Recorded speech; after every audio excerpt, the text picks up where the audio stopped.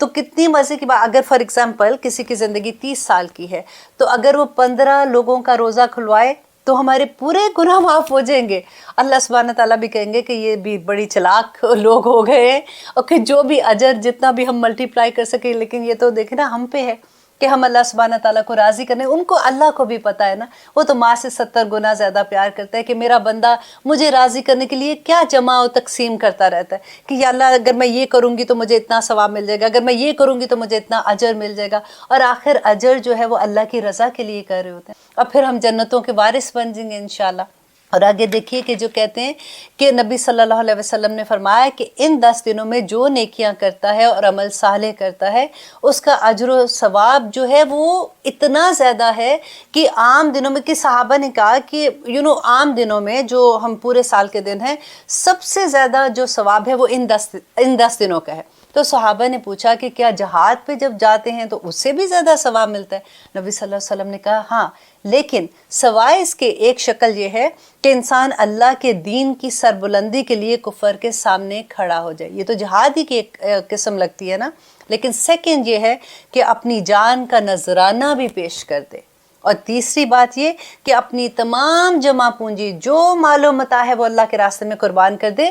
اس کا اجر اس کو زیادہ ہے، اس کی فضیلت ہے. لیکن اس کے علاوہ کوئی بھی عمل انسان پورے سال کرتا ہے نا جو، اس سے زیادہ اس کو اجر ان 10 دنوں میں نیکی کرنے کا ملے گا. الحمدللہ اللہ سے دعا ہے کہ اللہ سبحانہ تعالیٰ ہمیں ان 10 دنوں میں نیکیوں کی طرف بھاگنے والا سابقون اولون میں شامل کر دے. ہم ڈھونڈ ڈھونڈ کے نیکیاں دیکھیں کہ کہاں سے نیکیاں کما سکتے ہیں اور کیسے اللہ سبحانہ تعالیٰ کو راضی کر سکتے ہیں. ہم نے سورۃ بقرہ میں نبی صلی اللہ علیہ وسلم نے جب ہم نے پڑھا تھا کہ اللہ سبحانہ تعالیٰ نے بتایا کہ ہمیں خانہ کعبہ جو ہے ابراہیم علیہ السلام کو کیسے اللہ سبحانہ تعالیٰ نے کہا، اور حضرت ابراہیم اور اسماعیل نے خانہ کعبہ تعمیر کیا تھا. آپ کو یاد ہے وہ ہم نے سارا پڑھا تھا کہ کیسے وہ وہاں پہ گئے، کیسے حضرت اسماعیل کو کہا، ان دونوں نے خانہ کعبہ تعمیر کیا. اور بنانے کے بعد انہوں نے جو دعا کی تھی آپ کو یاد ہے، اتنی خوبصورت انہوں نے یہ دعا کی تھی کہ ربنا وابعث فیہم رسولا منہم، کہ اے اللہ انہی میں سے رسول پیدا کر، یتلو علیہم آیاتک، کہ جو تیری آیات ان کو پڑھ کے سنائے. دیکھیں وہ خانہ کعبہ تو مکہ میں بنایا تھا نا، تو ابراہیم علیہ السلام کے بعد وہاں پہ کوئی نبی نہیں آئے تھے. اور نبی صلی اللہ علیہ وسلم جب وہاں پہ اللہ سبحانہ تعالیٰ نے ان کو نبوت بخشی تھی تو وہ ابراہیم علیہ السلام کی دعا کا نتیجہ تھا. اور انہوں نے کیا کہا تھا کہ ایسا نبی بھیج جو ان کو تیری آیات پڑھ کے سنائے، وَيُعَلِّمُهُمُ الْكِتَابَ، اور ان کو کتاب کی تعلیم دے. تعلیم کون دیتا ہے؟ جو ٹیچر ہوگا نا. تو کتاب کی، اللہ سبحانہ تعالیٰ کی اس کتاب کی تعلیم دینے کا آپ دیکھیں کیا اجر ہوتا ہے. وَالْحِکْمَةَ، اور ان کو حکمت سکھائے. وَيُزَكِّيهِمْ، اور اس کتاب سے جو اللہ تعالیٰ کی آیات ہیں اس سے وہ ان کو پاک کرے. کیونکہ پاک کیسے ہوگا؟ جب دل میں اللہ سبحانہ تعالیٰ کی محبت آئے گی، اللہ سبحانہ تعالیٰ کے احکامات کا احساس ہوگا ہمیں، تو انسان اپنے گناہوں سے پاک ہونا شروع ہو جاتا ہے نا. وَيُزَكِّيهِمْ، اور اس کو پاک کرے. إِنَّكَ أَنْتَ الْعَزِيزُ الْحَكِيمُ، بے شک تو زبردست ہے اور بڑی حکمت والا ہے. تو ہی جانتا ہے میرے اللہ، حکمت تیری اس میں قابو میں ہے کہ کون کس جگہ پہ کس وقت اللہ سبحانہ تعالیٰ نے کیا چیز پیدا کرنی ہے. تو حضرت ابراہیم علیہ السلام نے اس وقت جو دعا کی تھی، دیکھیں حج کیا ہے؟ حج ساری کی ساری حضرت ابراہیم اور بی بی ہاجرہ کی جو بھی سنتیں تھی نا اس پہ اللہ سبحانہ تعالیٰ نے چلا دیا. اور پھر نبی صلی اللہ علیہ وسلم کی سنت تھی، میں نے آپ کو اس وقت بتایا تھا کہ دیکھیں حضرت جو بی بی ہاجرہ تھی جب وہ پانی کے لیے ایک پہاڑ سے دوسرے پہ صفا مروہ میں جا رہی تھی، دیکھیں وہ اس عورت کی تڑپ دیکھیں اور اس کا بھاگنا دیکھیں. اللہ سبحانہ تعالیٰ کو کتنا پسند آیا تھا کہ پوری رہتی دنیا تک کے تمام آدمیوں کو، تمام بچوں اور عورتوں کو اللہ سبحانہ تعالیٰ نے ان کے قدموں پہ چلا دیا. اور دیکھیے پھر جب ہم حج پہ جاتے ہیں تو آپ دیکھیں جب نبی صلی اللہ علیہ وسلم پہ اللہ سبحانہ تعالیٰ پہلی دفعہ وحی نازل ہوئی تھی، وہ 40 سال کے تھے، تو مکہ کے اندر وہ 13 سال رہے تھے، رائٹ. اور 13 سال کے بعد وہ ہجرت کر کے جب وہ مدینہ گئے تھے تو جب فتح مکہ سے پہلے 21 سال تک خانہ کعبہ میں بت پڑے ہوئے تھے. بتوں کی پوجا وہاں پہ ہوتی تھی. لوگ یہ دیکھیں، میں نے پہلے بھی آپ کو جب بتایا تھا کہ مکہ کے رہنے والے لوگ حج بھی کرتے تھے اور عمرے بھی کرتے تھے. وہ تو حضرت ابراہیم علیہ السلام کے اس کے اوپر جا رہے تھے نا، دین پہ تھے، لیکن انہوں نے اس میں اتنی بدعات شامل کر لی ہوئی تھی. وہ تو اپنے آپ کو سمجھتے تھے کہ ہم نیک کام کر رہے ہیں، لیکن جتنی بدعت اس میں شامل ہو گئی تھی، اور وہ جن کی پوجا کرتے تھے ان کو نیکی لوگ سمجھتے تھے، انہوں نے تو حضرت اسماعیل علیہ السلام کا بھی بت بنا کے ادھر رکھا ہوا تھا۔ تو جب فتح مکہ ہوئی تھی 8 ہجری میں، تو اس کے بعد بیت اللہ سے بتوں کو نکالا گیا تھا۔ جب ہم ہسٹری پڑھتے ہیں ہمیں پتہ چلتا ہے تو پھر احساس ہوتا ہے کہ یا رب العالمین، دیکھیں نبی صلی اللہ علیہ وسلم ہمارے رسول مکہ کے اندر ہیں، لیکن وہ خانہ کعبہ سے بت نہیں نکال سکتے تھے۔ اس وقت تو ہمت ہی کوئی نہیں تھی نا، کیونکہ اللہ سبحانہ تعالیٰ نے کہہ دیا تھا کفو ایدیکم، تھے کتنے لوگ جو اسلام میں تھے، اور کہاں پورا مکہ کے لوگ، پورے ان کے قبیلے کے لوگ، اور اس وقت اللہ سبحانہ تعالیٰ کی طرف سے حکم نہیں تھا۔ اور جب نبی صلی اللہ علیہ وسلم دیکھیں 9 ہجری میں حج جو ہے وہ فرض ہوا تھا، اور پہلا حج جو تھا وہ نبی صلی اللہ علیہ وآلہ وسلم نے حضرت ابو بکر کو بھیجا تھا امیر حج بنا کر، اور اس کے بعد 10 ہجری کو اس رسول اللہ صلی اللہ علیہ وسلم نے 1,24,000 اور بعض جگہ ہے کہ 1,40,000 جان نثار صحابہ کے ساتھ پہلا اور آخری حج کیا تھا۔ اب دیکھیں حج کیا ہے، ساری کی ساری ابراہیم علیہ السلام اور ان کی وائف جو تھی ان کی سنت پہ چل رہے تھے نا، لیکن وہاں پہ جو مناسک حج کے تھے وہ کیا تھے؟ نبی صلی اللہ علیہ وسلم نے جس طرح سے وہاں پہ کیا اسی طرح سے ہمیں حکم ہے کرنے کا۔ ہم دیکھیں جب سب سے پہلے تو ہم مکہ میں جاتے ہیں، مکہ سے جب ہم مینا جاتے ہیں تو مینا تو ایک میدان ہے، وہاں پہ ٹینٹ لگتے ہیں۔ دیکھیں مکہ کے خانہ کعبہ میں ایک نماز پڑھنے کا 1,00,000 نمازوں جتنا اجر ہے۔ ہمیں وہاں سے اٹھا کے ہمیں حکم دیا جاتا ہے کہ چلو جی اب مینا میں چلے جاؤ، ہم وہ چھوڑ کے اس خانہ کعبہ کی عبادت کو چھوڑ کے ہم مینا چلے جاتے ہیں۔ کیوں جاتے ہیں؟ کیونکہ نبی صلی اللہ علیہ وسلم گئے تھے۔ ہم مینا میں جب ہوتے ہیں وہاں سے ہمیں عرفات میں لے کے جایا جاتا ہے کہ چلو جی اب عرفات میں، تھوڑی دور عرفات ہے نا، اب وہاں پہ جانا ہے، اور ہم لوگ وہاں پہ چلے جاتے ہیں مینا کو چھوڑ کے، وہی وادی، وہی ہوائیں، وہی سارا کچھ ہے، کیونکہ نبی صلی اللہ علیہ وسلم وہاں پہ گئے تھے۔ وہاں پہ جا کے ہم خطبہ سنتے ہیں، اور خطبے کے بعد ہم ظہر اور عصر اکٹھی پڑھتے ہیں، اور وہ بھی قصر پڑھتے ہیں۔ اب دیکھیں ہم تو حج کرنے گئے نا، اتنی بڑی سعادت لینے گئے، عبادت بھی کرنے گئے تھے، اللہ کو منانے گئے تھے، وہاں پہ نماز تو جو عبادتیں کرنے گئے تھے وہاں پہ نماز قصر پڑھنی ہے۔ کیوں پڑھنی ہے؟ کیونکہ نبی صلی اللہ علیہ وسلم نے پڑھی تھی۔ اب کیا ہوتا ہے کہ عرفات میں ہم اتنی دعائیں کرتے کرتے کرتے جیسے ہی سورج غروب ہوتا ہے وہاں سے حکم ہوتا ہے چلیں جی اب چلیں، اور واپس مزدلفہ پہ چلنا ہے، ایک اور مقام پہ جانا ہے۔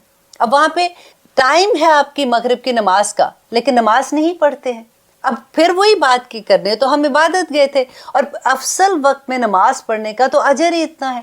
اب وہاں پہ وقت ہے، ہم کھڑے ہیں لائنوں میں، لیکن نماز نہیں پڑھ رہے ہیں ہم لوگ، کیونکہ نبی صلی اللہ علیہ وسلم نے نہیں پڑھی تھی۔ دیکھیں پھر جب ہم مزدلفہ چلے جاتے ہیں، وہاں جا کے ہم مغرب اور عشاء اکٹھی پڑھتے ہیں، پھر وہاں پہ ہم جب رات گزارتے ہیں تو دیکھیں تہجد نہیں پڑھتے، کیونکہ وہاں پہ نبی صلی اللہ علیہ وسلم نے تہجد نہیں پڑھی تھی۔ آپ کبھی حج کے مناسک کے ساتھ یہ ساری سنتیں اکٹھی کریں، پھر وہ لوگ جو یہ کہتے ہیں نا کہ جو سنت پہ بلیو نہیں کرتے، نہیں سنت میں یہ، ہمیں بتاؤ قرآن میں کیا لکھا ہے، ان کو یہ بتایا کریں۔ میں اس لیے آپ کو بتاتی ہوں کہ جب مجھے بھی پتہ چلتا تھا، آپ بلیو کریں، مجھے ایک ہوتا ہے نا کہ دل ٹھہر جاتا ہے، جیسے دل مضبوط ہو جاتا ہے، ہمارے عقیدے مضبوط ہو جاتے ہیں جب ہمیں ایسی باتوں کا پتہ چلتا ہے، تو ہم دشمن، جیسے اسلام کے دشمن ہی کہیں گے نا جو ایسی باتیں کرتے ہیں، ہم ان کے سامنے کھڑے ہو جاتے ہیں۔ نہیں، مجھے خود آپ دیکھو، اگر حج کرتے ہو تو حج کیا ہے، نبی صلی اللہ علیہ وسلم نے یہ چیزیں کی تھی۔ اگر میں آپ کو اس کی ساری ڈیٹیل پہلے دن سے حج سے آخر وقت تک لے کے جاؤں، آپ you will be shocked to understand کہ الحمدللہ ہم کیسے وہ عبادت انسان کو جیسے اللہ سبحانہ تعالیٰ توڑ دیتا ہے نا بالکل، کہ صرف میری مرضی پہ، صرف اس کی مرضی سے، جس جگہ پہ جو حکم، جس وقت چلنا، جس وقت واپس آنا، جس وقت طواف کرنا، جس وقت واپس نہیں کرنا، سارے کے سارے۔ آج اگر جا رہے ہیں تو صرف جو بڑا شیطان ہے اس کو کنکریاں مارنی ہیں، چھوٹوں کو اور مڈل والے کو نہیں مارنی۔ کیوں نہیں مارنی؟ کیونکہ نبی صلی اللہ علیہ وسلم نے پہلے دن صرف بڑے شیطان کو کنکریاں ماری تھی۔ اتنا خوبصورت یہ ایک تو حج ہو جاتا ہے، لیکن اس کی جب انڈرسٹینڈنگ ہوتی ہے کہ حج میں ہم کرتے کیا ہیں، آخر ہم دعائیں تو مانگ رہے ہیں، لیکن جن کی سنتوں پہ چل رہے ہیں نا، اطیعوا اللہ و اطیعوا الرسول کر رہے ہوتے ہیں، اور کس طرح سے چون چرا کیے بغیر ہم کرتے ہیں۔ تو جب ہم واپس آتے ہیں تو یہ سبق لے کے ہمیں آنا چاہیے کہ یا رب العالمین اس دنیا میں بھی ہمیں ان کی سنتوں پہ چلنے والا بنا دے۔ ہم یہاں پہ آ کے پھر شیر ہو جاتے ہیں، تھوڑے دن کے بعد بھول جاتے ہیں۔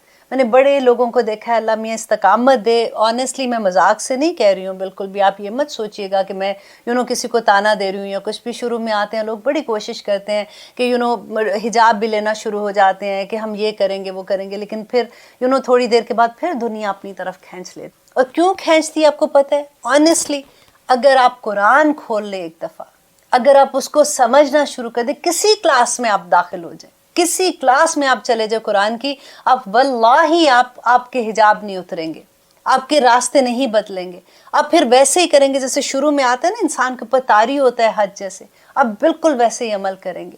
صرف یہ ہوتا ہے کہ اس وقت کا اتنی ہیبت ہوتی ہے، اتنا ایک روب ہوتا ہے حج سے واپس آنے کا کہ یا رب العالمین ہم کس جگہ پہ تھے، ہم نے تیرے گھر میں کیا کیا، وہاں کے ایکسپیرینس بھی تو لوگوں کے ساتھ ہوتے ہیں نا، وہ سارے کے سارے لے کے واپس آتے ہیں۔ لیکن پھر دنیا جب کھینچ لیتی ہے تو یہی بات میں آپ کو کہہ رہی ہوں کہ بس کوشش کریں کہ جو لوگ بھی حج پہ جاتے ہیں، جاتے رہیں گے انشاءاللہ ساری زندگی میں، یہ کچھ ہم لوگوں نے کرنا ہے، اللہ سبحانہ تعالیٰ جما دے کسی طرح سے، آمین ثم آمین۔ لیتے ہیں ایک چھوٹی سی بریک، انشاءاللہ آگے دیکھتے ہیں کہ اللہ سبحانہ تعالیٰ ہمیں کیا فرما رہے ہیں۔ آپ دیکھ رہے ہیں قرآن میری زندگی، الحمدللہ ہم کر رہے ہیں سورۃ آل عمران کی آیت نمبر 14، جس میں اب دیکھیے کہ اللہ سبحانہ تعالیٰ ہمیں کیا بتا رہے ہیں کہ زُیِّنَ مزین کر دی گئی، سجا دی گئی، للناسی لوگوں کے لیے، حب الشہوات، حب کہتے ہیں محبت کو، الشہوات خواہشات کی محبت کو، کہ یہاں پہ دیکھیے اللہ سبحانہ تعالیٰ کہتے ہیں کہ لوگوں کے لیے اللہ نے ہی خواہشات کی محبت کو مزین کر دیا، من النساء اور عورتوں سے، والبنین اور بیٹوں سے۔ اب دیکھیے یہاں پہ بات جو ہو رہی ہے کہ اب یہ محبت جو ہے خواہشات سے، یہ تو اللہ سبحانہ تعالیٰ نے ہی ہمارے اندر ڈالی ہے نا، تو اب ہم کیا کریں؟ اب ان چیزوں سے محبت تو ہو جاتی ہے، لیکن محبت کو سمجھنے کے لیے آپ کو یہ دیکھنا پڑے گا کہ یہ جو آیت ہے نا، میں نے آپ کو یاد ہے شروع میں کہا تھا کہ اب میں آپ کو بتاؤں گی کہ کہاں پہ اللہ سبحانہ تعالیٰ نے نہیں کا کہا ہے، کہاں پہ اللہ سبحانہ تعالیٰ نے حکم دیا کہ یہ کرو، اور کہاں پہ منع کیا ہے۔ تو یہ آیت جو آج ہم ابھی پڑھیں گے، اس میں اللہ سبحانہ تعالیٰ نے دنیا کی محبتیں بتا کے کہا کہ ان سے بچو، اور ان سے کس طرح سے استعمال کرنا ہے یہ بھی بتایا ساتھ ساتھ۔ دیکھیں اسلام میں رہبانیت نہیں ہے، اسلام جو ہے یہ پورے کا پورا پریکٹیکل مذہب ہے۔ اب یہ محبتیں جو اللہ سبحانہ تعالیٰ نے بتا دی کہ اللہ نے محبتیں پیدا کر دی، حب و شہوات خواہشات کی محبت، من النساء اور عورتوں کی، تو یہ محبتیں تو اللہ نے ہی پیدا کی ہے نا، تو اب ہم کیا کریں؟ ہمارے تو امتحان بھی انہیں پہ آ جاتے ہیں نا جو محبتیں ہیں ہماری۔ تو اب دیکھیے کہ اللہ کی محبت جب ہمارے سامنے آتی ہے تو ہمیں یہ دیکھنا ہے کہ اللہ کی محبت پہ ہم نے ان محبتوں کو افضل نہیں کرنا۔ اب اگر آپ یہ کانسیپٹ سمجھ جائیں گے نا اس آیت کا تو بہت آپ کو آسانی ہوگی، کیونکہ یہ ساری محبتیں تو اللہ کی، اور محبت کی لذت ہوتی ہے۔ دیکھیں محبت اگر ہو اس میں لذت ہی اٹھ جائے۔ اگر آپ لوگوں کو ہر ایک نے ہماری زندگیوں میں ہم نے محبت کو ضرور چکھا ہوا ہے، کسی کی اولاد کی محبت کو چکھا ہے، ماں باپ کی، بہن بھائی کی، بڑی ڈفرینٹ کائنڈ محبتیں ہوتی ہیں۔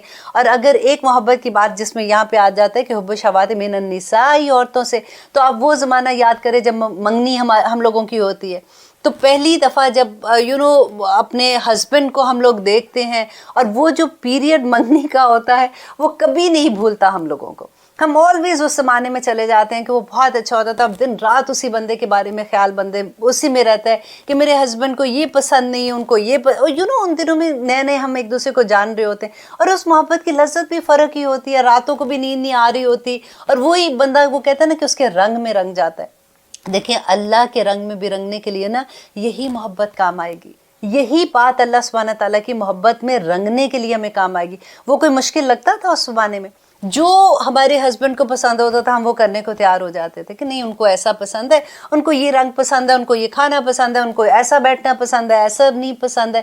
وہ اس زمانے میں جب محبت ہو رہی ہو، نئی محبت ہوتی ہے، محبت تو الحمدللہ رہتی ہی ہے، لیکن یہ جو نئی محبت کی میں بات کر رہی ہوں جب ہو رہی ہوتی ہے، تو اسی طرح سے دیکھیں جب ہمیں اللہ سبحانہ تعالیٰ سے محبت ہوگی نا تو ہمیں اس کے رنگ میں رنگنے میں کوئی مشکل نہیں آئے گی۔ جب یہ لوگ یہ کہتے ہیں نا کہ مجھے یہ فالو کرنے میں بڑی مشکل آتی ہے، تو پھر آپ یہ غور کریں کہ یہ محبت کی یہاں پہ کمی آ جاتی ہے۔ جب ہمیں اللہ کی محبت کی سمجھ آ جاتی ہے، ہم وہ کہتے ہیں نا ان اللہ اشتری من المؤمنین انفسهم واموالهم بان لهم الجنہ، تو جب انسان بک جاتا ہے نا، بکنے والی حال ہوتا ہے کہ اللہ سبحانہ تعالیٰ میں نے اپنا مال اور میں نے اپنی جان جو ہے وہ تجھے بیچ دی ہے، مجھے نہیں پتا، اب جس طرح سے تو نے استعمال کرنا کر لو۔ تو جو انسان بکا ہوتا ہے نا اس کو اللہ کے رنگ میں رنگنے میں کوئی مشکل نہیں آتی ہے، اور یہی محبت، اسی لیے میں نے آپ کو یہ ساری محبتوں کا بتا رہی تھی کہ جب ہم کسی کے رنگ میں رنگ جاتے ہیں، جب یاد ہے ہم نے سورہ بقرہ میں پڑھا تھا کہ اللہ سبحانہ تعالیٰ نے کہا تھا کہ اے انسان تجھے کیا ہے، تو کیوں اللہ کے رنگ میں نہیں رکھتا، صبغت اللہ والی آیت جو ہم نے پڑھی تھی کہ کون سا رنگ تجھے پسند ہے اللہ کے رنگ سے. تو وہ یہی بات ہے کہ اللہ نے محبت ڈال دی لوگوں میں خواہشات کی، من النساء عورتوں سے، والبنینا اور بیٹوں سے. اور آپ کو پتہ ہے کہ بیٹے جیسے پیدا ہوتے تو کیا حال ہوتا ہے لوگوں کا کہ او ماشاءاللہ اس کے اتنے بیٹے اتنے. تو یہ محبتیں اللہ نے ہی پیدا کی. پہلے دیکھیں نساء ہے، پہلے عورتوں کی بات ہے، پھر بیٹوں کی بات ہے. اب اس میں پریشانی کی والی بات نہیں ہونی چاہیے کہ بیٹوں کی بات ہو رہی ہے. اچھا، والقناطیر المقنطرتی، یہ کیا ہے کہ ڈھیر خزانوں کے. والقناطیر کہتے ہیں کہ بہت زیادہ، کہ انسان کو شوق ہوتا ہے، اس کو یہ محبت ہوتی ہے اپنے مال سے کہ میرے پاس اتنا مال ہو. من الذهب، سونے، والفضتی، اور فضہ کہتے ہیں کہ چاندی. اور اس زمانے میں پرانے زمانے میں چاندی جو تھی وہ روپے جو یوز ہوتے تھے وہ چاندی ہوتی تھی. جیسے آپ سوچ لیں کہ آج کل کا ہم ڈالرز یوز کرتے ہیں یا روپے یوز کرتے ہیں، تو اس زمانے میں وہ چاندی کے ہوتے تھے. تو یہاں پہ اللہ سبحانہ تعالیٰ نے جو ساری ایک ایک چیز کو آپ دیکھیں کہ کس طرح سے وضاحت کر دی کہ انسان کو ان چیزوں کی محبت جو ہوتی ہے وہ کتنی زیادہ ہوتی ہے، اور وہ اللہ سبحانہ تعالیٰ نے ہی انسان کے دل میں ڈالی ہے. دیکھیں اگر عورت کی محبت نہ ہونا تو مجھے لگتا ہے شادیاں ہی نہ ہوں. پھر کیوں کوئی شادی کرے گا؟ یہ محبت ہی ہوتی ہے نا. اگر بچوں کی محبت نہ ہو تو میرا خیال ہے کہ کوئی ماں بچہ ہی نہ پیدا کرے. یہ ساری محبتیں، اگر دولت کی محبت نہ ہو، خواہشات کی محبت نہ ہو، تو بندہ صبح کام پہ نہ نکلے کہ ٹھیک ہے جی مجھے تو اتنی سی میری جو ضرورت ہے وہ میں نے پوری کر لی ہے، مجھے نہیں چاہیے. تو یہ محبتیں اللہ سبحانہ تعالیٰ نے، پھر قرآن میں یہ بھی کہہ دیا تھا کہ الذی جمع مالا وعددا. آپ کو یاد ہے وہ ویل لکل ہمزۃ لمزہ، وائل ایسی وادی دوزخ کی. اللہ سبحانہ تعالیٰ کہتے ہیں وہ لوگ جو تانا دینے والے اور عیب نکالنے والے ہیں وہ دوزخ کی اس وادی میں جو سب سے نیچی گھاٹی ہے وہ اس میں جائیں گے. اور اس سے اگلی آیت میں اللہ سبحانہ تعالیٰ کہتے ہیں الذی جمع مالا وعددا، اور وہ لوگ جو اپنا مال جمع کرتے ہیں اور وہ گن گن کر رکھتے ہیں. یحسب، اور وہ گمان کرتے ہیں ان مالہ اخلدا، کہ ان کا مال ہمیشہ رہے گا. یہ جو لالچ آ جاتی ہے نا انسان میں، ایک تو حب ہے نا انسان کو مال کی محبت، ایک ہوتا ہے کہ اس کی وہ خواہشات ختم ہی نہیں ہوتی ہیں. اور آج کل اگر آپ ٹی وی دیکھ رہے ہوتے ہیں، اگر آپ نے کبھی نیوز دیکھی ہیں، تو پاکستان میں جو دکھا رہے ہیں آج کل، آپ کو خود اندازہ ہوگا کہ کون سا مال ان کو آخر مطمئن کر دے گا کہ بس یہاں تک ہی ٹھیک ہے. یہ لالچ ہی نہیں انسان کی ختم ہوتی، اور اللہ سبحانہ تعالیٰ ان پہ بند باندھ دیں گے. آگے وہ بتائیں گے کہ یہ محبت جو میں نے تمہارے اندر ڈالی ہے، اس پہ بند کیسے تم لوگوں نے باندھنا ہے، اس کو کیسے تم لوگوں نے اس کے اندر رکھنا ہے کہ وہ اپنی حدوں سے باہر نہ نکلے. والفضتی والخیل المصوماتی، خیل کہتے ہیں خیل المصوماتی، گھوڑے جو ہوتے ہیں نشان لگے ہوئے. اس زمانے میں بھی ڈیفینیٹلی گھوڑے نشان والے بڑی مہنگی چیز ہوتی تھی. اور آج کے آپ سوچ لیں کہ بڑی بڑی گاڑیاں جیسے ہیں کہ ہر انسان کو محبت ہوتی ہے کہ میرے پاس اچھی گاڑی ہو، میرے پاس مہنگی گاڑی ہو. والانعامی، اور چوپائے جو ہوتے ہیں، یہ دیکھیں آج کل گاؤں میں اگر دیکھیں نا، یہ مال کہتے ہیں اس کو، مال ڈنگر کہتے ہیں، جیسے کہ وہ مال بیسیکلی ان کا مال و متاع یہ ہوتا ہے. تو اللہ سبحانہ تعالیٰ نے وہی اشارہ کیا کہ ان کو چوپاؤں سے محبت ہوتی ہے. والحرثی، اور کھیتی سے محبت ہوتی ہے. ذالک، اب کھیتی دیکھیں اللہ سبحانہ تعالیٰ دیکھیں کسان کے لیے اس کا سارا کچھ کھیتی ہوتا ہے. جہاں پہ حرث کا لفظ آتا ہے مجھے وہ آیت یاد آ جاتی ہے جہاں پہ اللہ سبحانہ تعالیٰ نے کہا تھا کہ آدمی کو کہا تھا کہ عورت ہماری کھیتی ہے.